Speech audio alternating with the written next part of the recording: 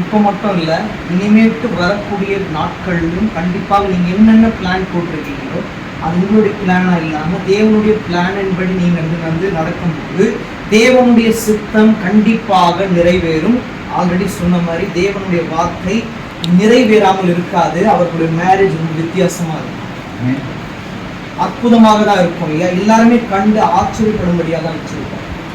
ஒன்று இதுக்கப்புறமா மேரேஜுக்கு அப்புறமா எங்களுடைய வாழ்க்கை எப்படி இருக்கணும்னு சொல்லிட்டு பல கேள்விகள் இருக்கும். நீங்க கேட்க வேண்டிய ஒரே விஷயம், ஏசப்பா எங்களுடைய திருமண காரியம் வந்து நடந்து முடிந்ததுக்கு அப்புறமா எந்தெந்த விஷயம் முக்கியமானது, எது தேவையற்றது, இது ரெண்டு தான் முக்கியமா ரொம்ப யோசிச்சு பார்க்க வேண்டியது. நீங்க ஆவியில் ஆராய்ஞ்சு பார்க்கணும். இந்த டாபிக்கே அதான், எது முக்கியம். ரெண்டு காரியங்கள் நம்ம பார்த்துட்டு கடந்து போகலாம். எடுத்து வாசிக்கலாம்.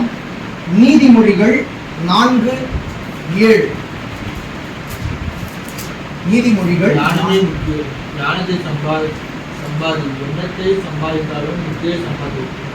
எது முக்கியமா? ஞானம் முக்கியம்.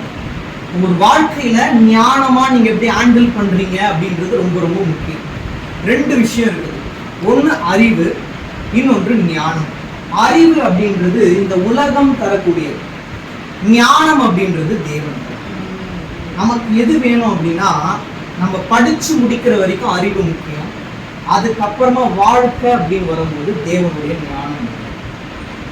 இது ரெண்டுமே வித்தியாசத்தை புரிந்து கொள்ளாததுனால தான் பல குழப்பங்கள், கேள்விகள் நம்மளுக்கு வர ஆரம்பிக்கிறது. அப்ப என்ன சொல்றாரு, இது கிளியரா நீங்க பாத்தீங்கன்னா ஞானமே முக்கியம். அப்ப எது முக்கியமா?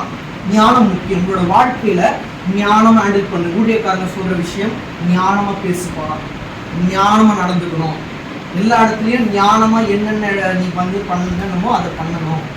ஞானம் அப்படின்றது தேவனை குறிக்கிறது. ஞானம் அப்படின்னா தேவன் உங்களோடு இருக்கணும்னு அர்த்தம்.